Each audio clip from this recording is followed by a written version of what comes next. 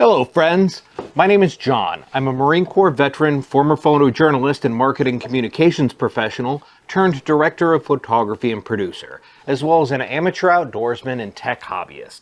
This is my YouTube channel where I make videos about whatever I feel like. Today, I feel like showing you what's in my camera bag. Of course, what I actually carry in here changes based on where I'm going and what I plan on photographing. This is definitely not all of my photography and video production equipment. But today is a slow day for me and the weather is pretty nice, so I think I'm going to head over to the zoo and to Balboa Park just to practice some of my photography techniques. I thought I'd make a video about packing my bag for the day. Nothing in this video is sponsored. Everything you see here I've purchased with my own money. In some cases, probably too much of my own money. There are links to some of these items or comparable alternatives in the video description. Those include affiliate links, so I may earn a small commission if you buy anything using them, which helps support the channel. Okay, on to the good stuff. First things first, let's look at the bag itself. While I have several camera bags, this one is my favorite. This is the Lowepro ProTactic BP450 AW2. It's a solid, comfortable, durable camera backpack with full back panel access and configurable camera access from the top and from both sides. I've been using this bag for a few years now and I absolutely love it. I've added a couple of third-party accessories to the MOLLE connectors on the outside of the bag as well, like this water bottle holder, some bungee straps and clips, and this little pouch that's like a holder for a police baton, but it holds my Insta360 perfectly for over-the-shoulder or third-person shots while I'm carrying the bag. I've also got a cheap little lens cap retainer at the base of the left shoulder strap and a D-ring with some 550 paracord at the base of the right shoulder strap to carry my jacket or other odds and ends I may pick up while I'm out. On the top handle, I have a large hero clip to hold my bag off the ground if needed. Now, I'm going to cram a bunch of gear in here. First is my primary camera, the Nikon D850. I'm still primarily using SLRs for my stills work, but I'll probably get a Z8 eventually. Until then, the D850 has been a dream, and I still love it. In the camera, I have a full battery, a 512 gig CF Express card, and a 256 gig SD card. I've also got this handle strap on here that has a built-in Arca Swiss base plate and connector for a single point mount camera strap. I like these back of the hand style straps that have ever since I was a photojournalist, and they're still my preferred way to carry my camera. Because my first stop today is going to be the zoo, I'm going to attach my Sigma 150-600 Contemporary to the camera, as it's what I'll use the most there. I have a circular polarizer filter on here since I'm likely to be shooting through glass or into water quite a bit. This camera and lens combo is one of the reasons this bag is my favorite, as it can easily carry them together with easy access through the top opening. If I'm doing a shoot where the 150-600 is not necessary, but I still want a telephoto, or if I need a faster telephoto, I'll bring the Sigma 70-200 f2.8 instead. But this is not going with me today. Next, let's look at the other lenses I'm going to carry today. Because I'm going out specifically to practice and experiment, I'm carrying a lot. This is my workhorse lens, the Sigma 24-70 f2.8. Great all-around lens and one I pretty much always have with me if I'm carrying a Nikon DSLR. Next, we have the wide-angle lens I'm going to use for the day, the Sigma 14-24 f2.8. This is an awesome wide lens and I love the look I get with it.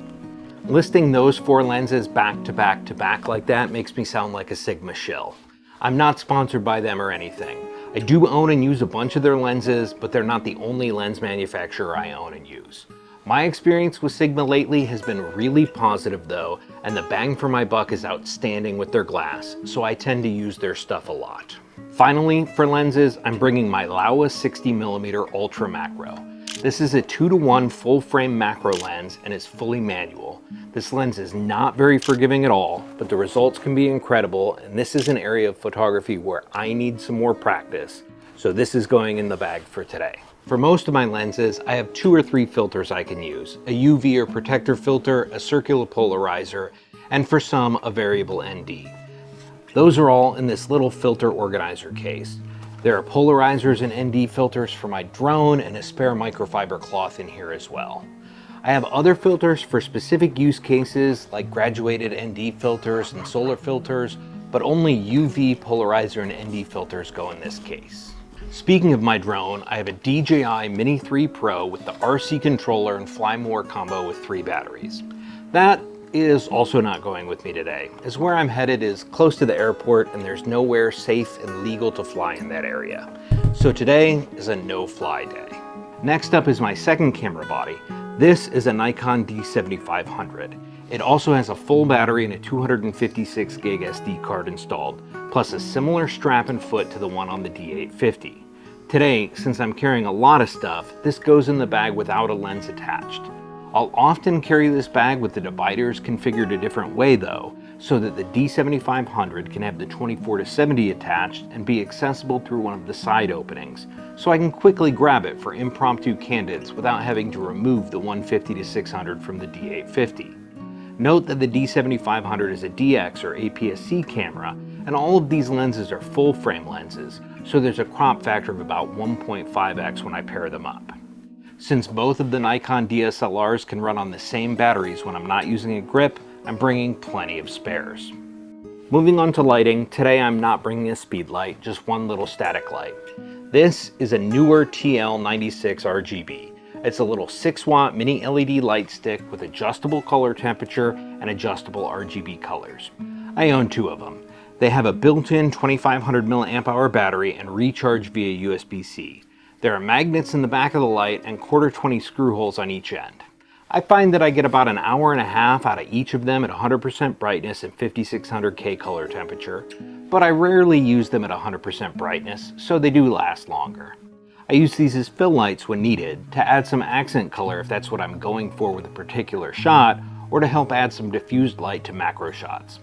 I also use these sometimes for accent lighting when I'm shooting video, and flicker hasn't been an issue. Speaking of video, I'm also going to try to grab some B-roll in the park today for use in some future projects. Be sure to subscribe to the channel to see them. But I'm not going to bring my main video camera for that. I'll use the SLRs, but I'm also bringing some other cameras specifically to give me options for shooting that B-roll. First up is the Canon G7X Mark III with 2 extra batteries.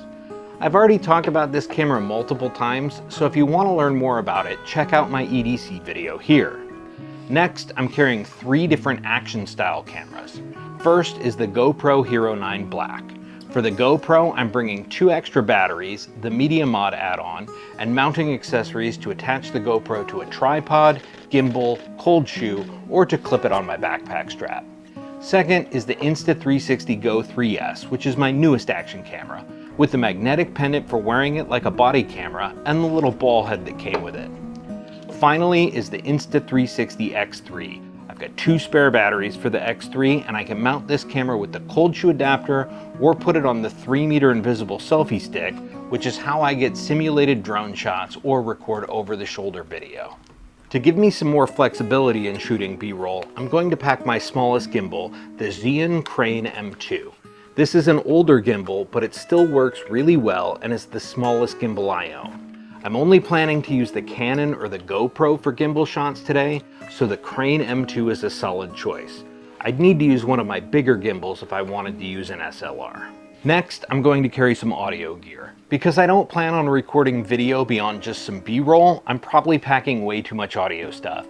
But good audio is vital, so I'd rather have some options in case plans change while I'm out there. This is a budget mini shotgun mic that I use a lot with the Canon or the SLRs.